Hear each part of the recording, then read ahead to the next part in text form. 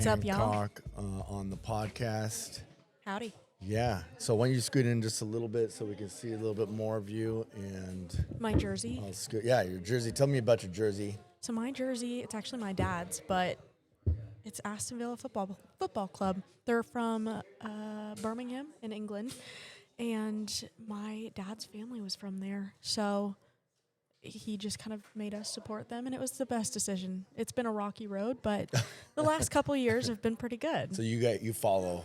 Oh, very Okay. strongly. Diehard fans. Okay, so name 3 players on the team. Emiliano Martinez, he's the goalkeeper. He's Argentinian. Oh, okay. John McGinn, who's the captain, he is Scottish, so he plays for the Scottish international team too. Okay. Esri Konsa, he's a defender. He plays for the English national team.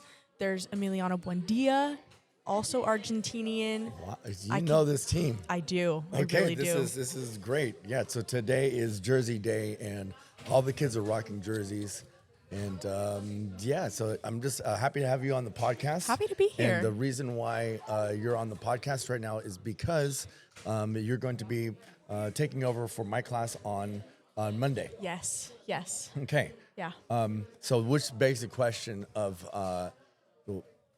what is it you are going to be doing as a professional? Like, are you gonna just sub the whole time? Or? Gosh, no. No, because I'm really excited to be able to actually teach. Like, subbing is fun because I get to be in the classroom and interact with kids, which Right. I love to do. But I want to combine that with actually being able to teach something that I'm passionate about. So I am enrolled in the pre-credential program at Sonoma State starting Fantastic. in the spring. So I'll take a couple classes there. And then after that, hopefully I'll get into the full credential program, single subject, in the fall of next year, and then pursue science. And that's gonna be science. That's fantastic. Yeah, following in mom's footsteps over here. That's awesome. I heard that you also might have an opportunity to be teaching PE in the next month or so. Is that possible? Yes, I think it's still possible. It would be at Petaluma High School. Okay. Their PE program. There's a teacher that's out, and I was asked if I wanted to have an opportunity to do that, and I thought it would be really cool. So I said yes. There's some hoops we got to jump through just in terms of subbing permits and long-term stuff, but it would be really exciting. I did spend a day with the class that I would be subbing for already, just doing one day, and it was interesting. Okay. It was interesting. Okay. There's a lot to unpack there. Yeah. Oh, for sure. There always is. I mean, it's a class full of kids. Yeah. And each one of the kids has got their own Pandora's box of Seriously. wonderful stuff. Yeah. That's happening. Yeah. And truly, it is wonderful because the discovery about who a kid is and everything that's going around with them is truly fascinating and fun. Yeah, I think that's another part of why I really want my own classroom, because I feel like so much of kids is you got to dig a little bit deeper. You got to start to chisel away. And obviously they're going to have some walls up when they first meet you. But I think it's all part of just getting to know them and really making this a comfortable place for them. So that's why I want to be in a classroom every day. Kids can get to know me. I can start to open up my Pandora's box with them, because believe me, I've got plenty of stuff that I could unpack too. So I think it's just, I'm just so excited for that. There's so many questions, but definitely why is it that you want to become a teacher? I mean, didn't your mom dissuade you from this endeavor? I think she tried. She tried to, as much as she could. It was a journey. It was a journey to figure out that's what I wanted to do. I got my bachelor's of science in kinesiology, so the study of human movement. And then I graduated, I came home, started working kind of in that field as a flexologist, which is professional stretching, very important. And I was thinking, do I go into physical therapy, occupational therapy? And that all included more and more school, more and more money. And I just nothing was calling to me. I didn't find that fiery passion for any of that, which sucked. I was kind of bummed because I was like, I just spent so much money and so much time in this degree. And then my mom was like, have you thought about teaching PE? And I'm like, no, I haven't thought about that. But in all the years of my life that I can remember, I've always thought it would be fun to have my own classroom, like somewhere where I can decorate, I can put my signs up, make it my personality. Right. You know, because I came here for junior high, and I had all of my teachers left an impact on me, and they all had an environment that was comfortable. It felt like Right. it felt like a home, and my class felt like a family. You know, the funny thing is that most of these teachers are still here. Exactly. I think, well, I'm surrounded on both sides by two of my favorite teachers that I had here. So, yeah, it's pretty nice. But, you know, I remembered that feeling, and you know, Right. I never really thought it would be attainable because I'd already stuck into that kinesiology path. Right. But then my mom was like, you should be a substitute teacher. See if you like it. See if you like working with kids. And then if you do. It is the ultimate test to see whether or not you like it. I think that Really? not too many people go into teaching without having a serious sub experience. Yeah. And thank God for myself to have that serious sub experience. I mean, I subbed quite a bit before Yeah. I became a teacher. How old were you when you got your credential again? I was 28 when I got my credential. Okay. And Did you start here? 27. No, so I went to school in Davis. And then after Davis, I was a political science major, and so I thought that the next progression is going to be law. So of course, Oh, yeah. I put myself in law offices and I did some paralegal work. Did you ever get to taking the LSAT? No, that was it. I mean, this was like what I was going to think about doing, and Yeah. like you said, like there's the passion's not there. But in addition, like I've told this story a couple of times, like law offices are a place where it can be very angry. Yeah. I get that. And lawyers are always right. And in addition, that anger trickles down into the staff. yeah. And I've worked at I did work at lots of law offices. I did some interning while I was at school, and then right afterwards, I worked at like 3 or 4 different ones. And then by the end, I worked in this mid-sized law office that like had full law for everything that you possibly could imagine. And it just was not the environment that I wanted. It was not creative. Yeah. And it was highly, like I said, antagonistic. And there was it was like a pecking order in there that I just was not comfortable with. And Yeah. I needed something different for myself. Yeah. But what I wanted to say was that when I had finished all that, I started subbing, and I subbed at my mom's school Yeah. as well. Yeah. And I actually was a custodian there at the same time. Were you really? Yeah. So Oh, I that's subbed so and I funny. was custodian. So I was like, Nice. did all the work. Yeah. Like knew the school inside and out. And that was fun for me to like have the keys to be able to like Yeah. go into all the classrooms and like the gymnasium and I just like that was cool for me. Yeah, And then in of course. addition, after that, I got my credential in San Diego. Oh, yeah. And right. so I subbed quite a bit down there in the mid city, in La Jolla, in the rich area, Okay. and then in really where I was really needed and where schools were really calling me was in the places where most subs would not go, Yep. which was the inner city. Yep. And so that's where I actually did my student teaching, was in the inner city of San Diego. Like what town specifically? Because was it? Lemon Grove is right around there. Okay. Okay. Yeah. Wow. Yeah, but Where did you live but it was in in the the- county?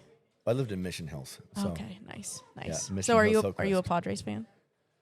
I am not a Padres fan. I'm not a baseball fan any longer. I was an A's fan for forever. But Oh, now that the, sucks. Yeah, now the A's have broken my heart. But that's a totally another story. Yeah. And I did enjoy going to see the games. Petco Park is beautiful. It's absolutely fantastic. Yeah. I mean, it's the same story for the Chargers for Yeah. us, like I was saying earlier. Yeah, right. I mean, yeah, no, I love San Diego and I miss it terribly. I lived there for 3 years. It's beautiful. But like my immersion in teaching was there, and without that experience of being a substitute, without knowing what it was like, and getting to understand that kids are kids everywhere, Yeah. right? They're the same. They're the same everywhere in terms of like they're human beings, and they all have emotions.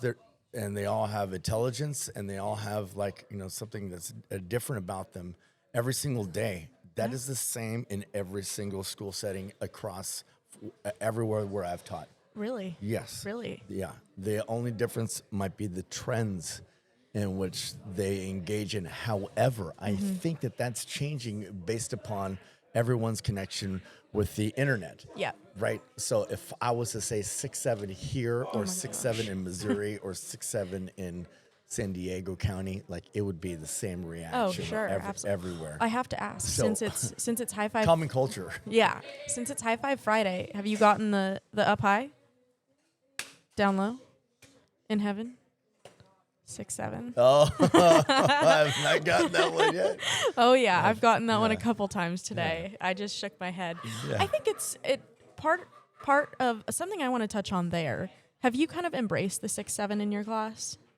Oh no. No? I mean, yes, they know that I say 6'7" all the time, but it's like the all the trends I try to kill, Yeah, right? And it's because when an adult does something, it's cringy, it is. right? And they don't like it. I think the word cringy Yeah. is now cringy It's because cringy. adults have started saying it. Exactly, right? So they don't want to use it anymore. Yeah. So I'm all in favor of killing the trend. Yeah. So I will use 6'7" ad nauseum. Oh, yeah. Right, just like Absolutely. the dab died years ago. You still gotta use but it. I'm still trying to kill it every day. Absolutely. Yeah, I get it. Even though it's dead, but it's like Halloween. it, Right? oh yeah, I'm still trying to kill it every single day. I love it. Mm-hmm. I think it's funny though because I saw on social media there was a couple like teacher posts that said if they hear the word 6'7" in class and see this movement, then you have to write like a 67-page paper about why 6'7" is brain rot. And I didn't necessarily find that helpful. Yeah. Like if you Yeah. if Yeah, if like you can't they've beat tried them, join to them. they've tried to ban it. Like there's just no way you're gonna come on. Yeah. Like that's one of the techniques that you have to understand about. Like dude, their spirit is indomitable. Yeah, right. absolutely. That's what's gonna happen with them. And so there's a mild form of trickery Yep. that's involved with teaching. Acting is definitely something that you've got to do. Oh, totally. You've got to pretend like you aren't enraged. Yeah. And Yep. you have to be like very, very calm. Yeah. And while inside an internal fire is just burning. Yeah. Right. Yeah. And does that ever get easier? I have to ask. I definitely have a little callus, Yeah. that's been built up over years. Sure. But no, I mean, there are things little behaviors that are always going to bother me. And and I always try to put a stop to them. Like, there's even stuff that's even going on right now that we'll probably have to end this podcast so I can address the issues. So does it get easier? I think that you become more. I think you become more savvy on how to deal with the problems. Yes. Right. Like if you can't beat them, Yeah. join them. You got to Yeah. fight fire with fire, which actually is probably a Exactly. horrible life lesson because that's never how you're going to solve anything. Right. But I feel like in some cases that would be helpful here. Yes. Am I wrong? I think that you are. I think that you'll find your own way. Yeah.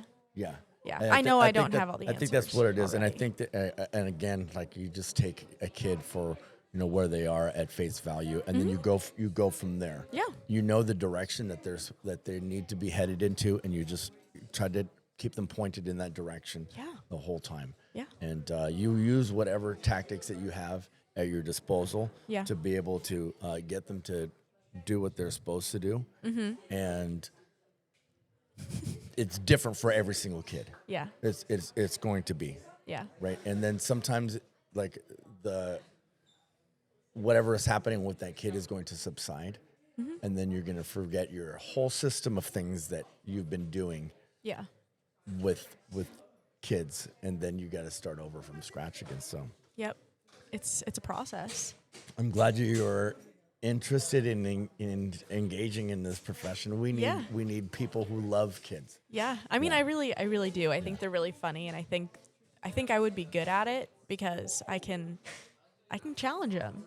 I can give them an expectation and help them rise to that expectation, even if they don't think they can do it themselves. That's what it's all about. So I'm very excited. The hokey-pokey. I'm so eager to get started. I'm bored at my other job. I'm like checking Frontline every day. I'm like, let me sub. You got this class for sure. Oh boy, I'm excited. I'm eager. It'll be We're very about fun. ready to take a quiz right now, so we're gonna wrap this up. But thank you so much Yeah, for thank joining us you. on our podcast, and we will see you very shortly. Sounds good. Thank Okay. you. Bye-bye.